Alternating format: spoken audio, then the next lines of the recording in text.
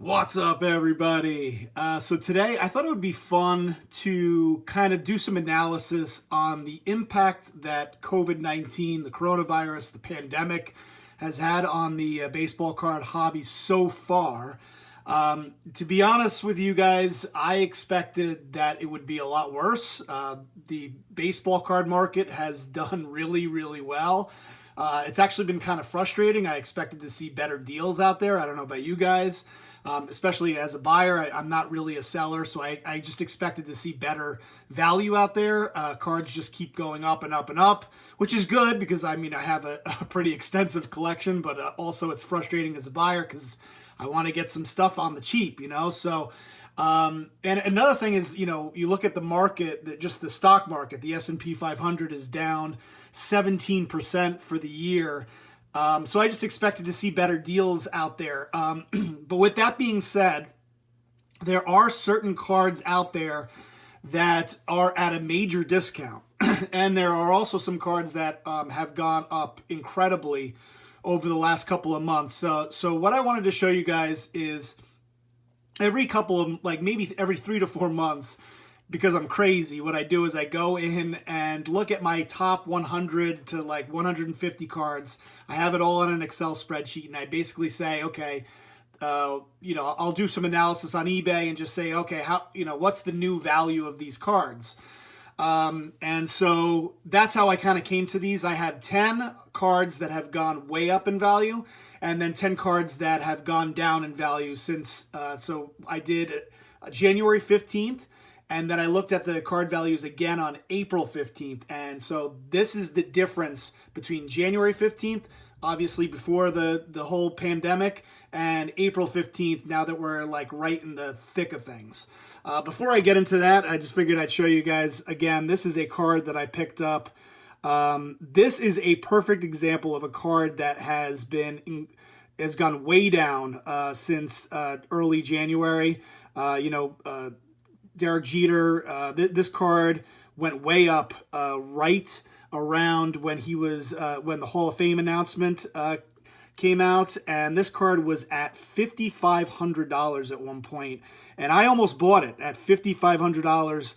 I ended up deciding to focus on other, investments, and just about a week or two ago, I decided, I'll bid on a Probstein auction. And I bid on it with 45 minutes left at around $3,900 and ended up winning the auction. And I was just absolutely thrilled to win it. I literally went to bed thinking that I would never win the auction and woke up and won the auction. And then a couple days later, I did a Lion King video that some of you guys love and some of you guys hated. But just thought it was kind of a really cool and very smart investment if you guys have the means. I definitely recommend right now, if you could pick that up at the price that it's at right now. I think it's going to be one of those 1986 Fleer Michael Jordan cards that will just kind of always go up in value. But just in short term, it did go down in value because I think it went way up because of the Hall of Fame induction, and then it lost some steam after that and then came back down to earth. But I think it's a great long-term investment, the Jeter SP. And then sort of related to that, I also picked up this Tom Brady Chrome. I waited until after he had signed. He had signed with the Tampa Bay Buccaneers, which I thought would only hurt his card value, and it did. It didn't hurt it nearly as much as the Jeter SP, but it did go down in value, and then I picked it up at what I thought was a pretty good price. Guys, so now these are cards that are in my personal collection. I'm not looking at every single card that's out there, but this is a card that since January to April is down 7%. I think, again, I don't think this has anything to do with the pandemic. I think this is one of those things where Chris Bryant's cards have cooled off incredibly, and they just continue to go down, unfortunately. And I think it's really comes down to there was a point where he was one of the hot prospects. He won a World Series, won a Rookie of the Year.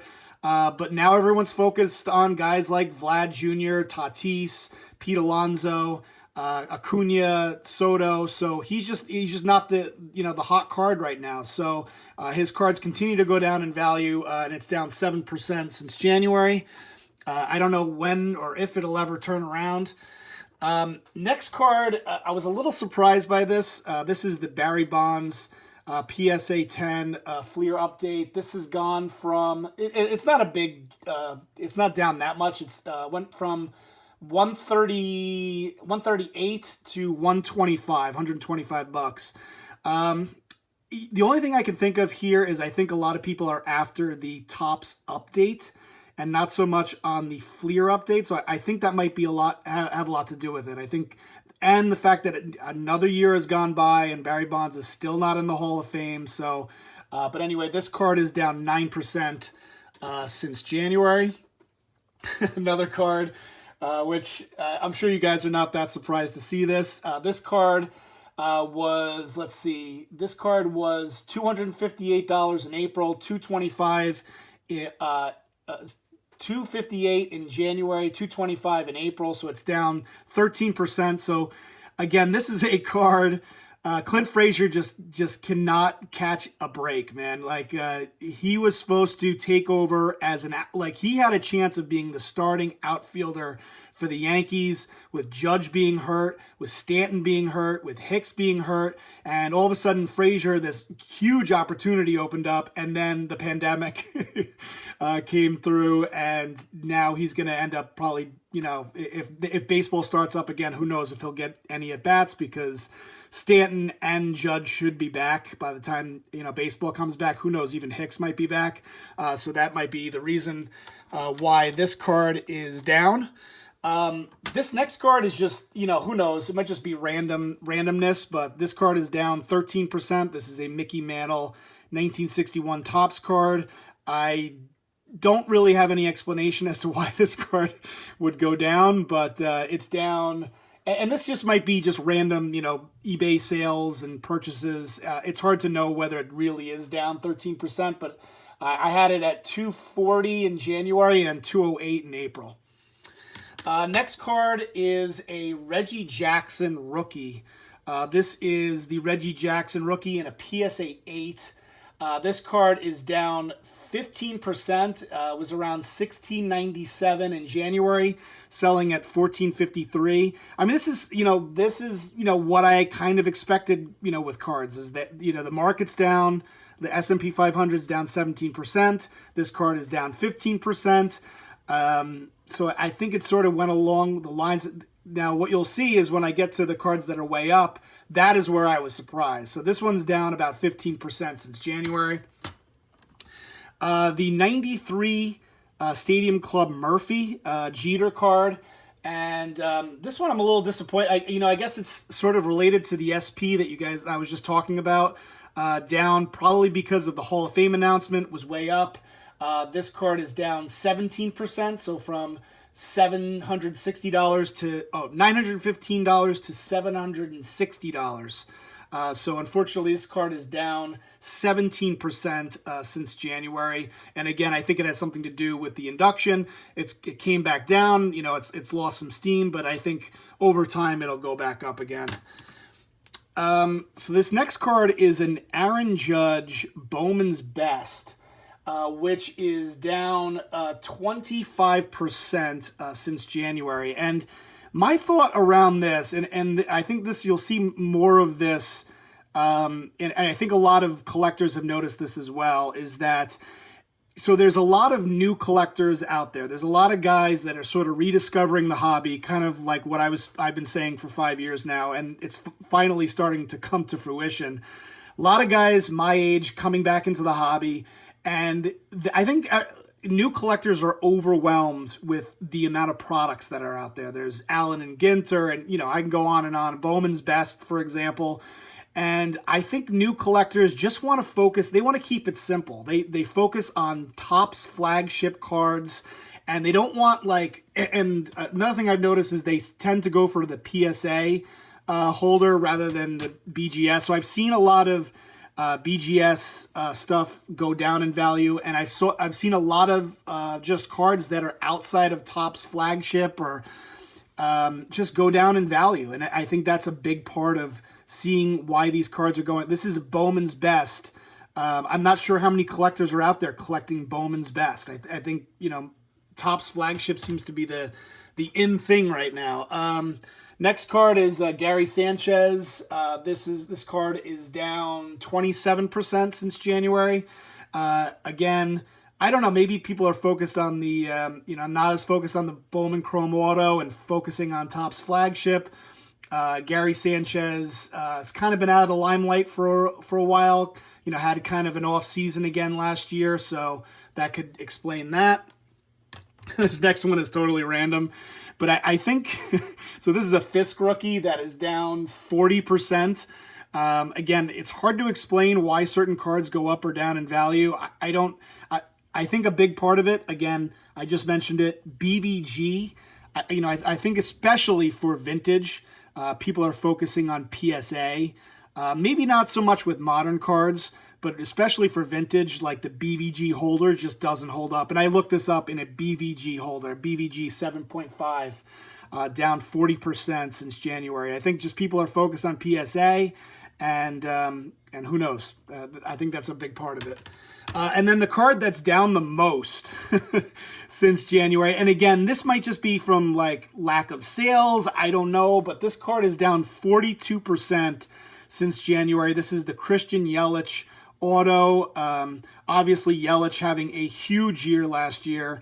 But I think the problem is that this is a Bowman Sterling card, which Topps actually stopped producing Bowman Sterling for a couple of years, and then they got back into it. And I don't think it's really caught on that much. But I think that's a big part of this. It has nothing to do with Yelich necessarily, but more around people just not really collecting Bowman Sterling cards. They're focused on the Bowman flagship or the Topps flagship stuff.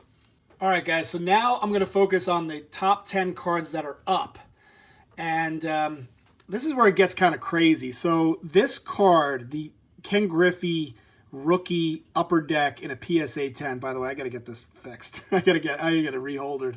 But this card is up 50%. So it's gone from a $600 card to a $900 card. Like I've seen people starting to put $1,000 for the 89 upper deck Griffey.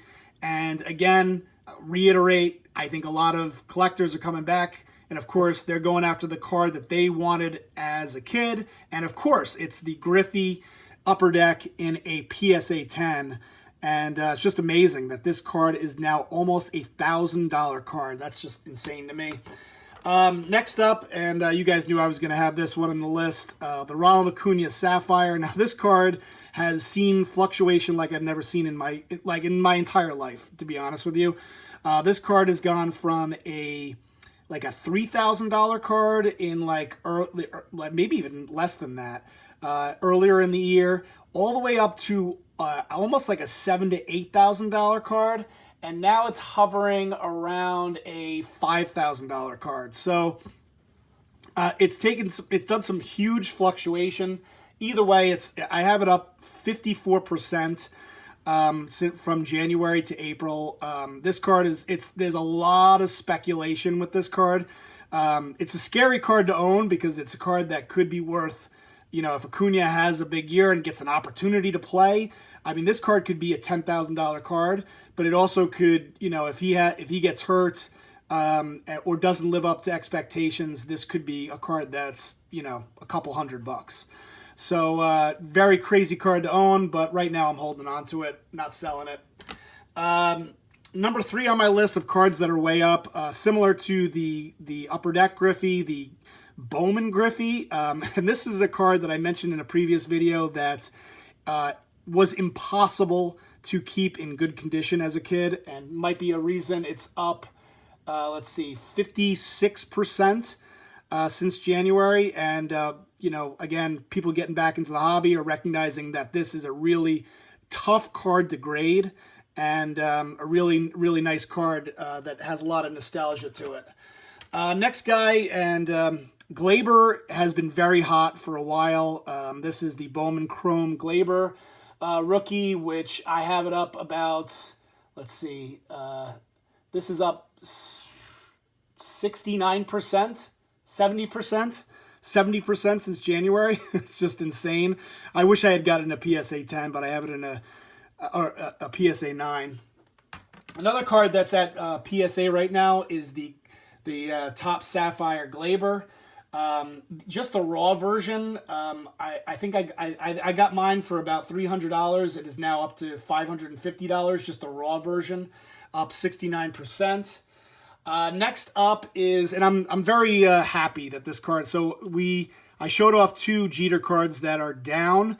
This is a card that is up since January, and I'm very proud of collectors for recognizing that this is a really cool card from the 2000s, and very hard to get graded, especially with the black borders. And this card looks like it's up 70%. It's now up to a $250 card. This next card is just insane. I don't even know what to say about it anymore.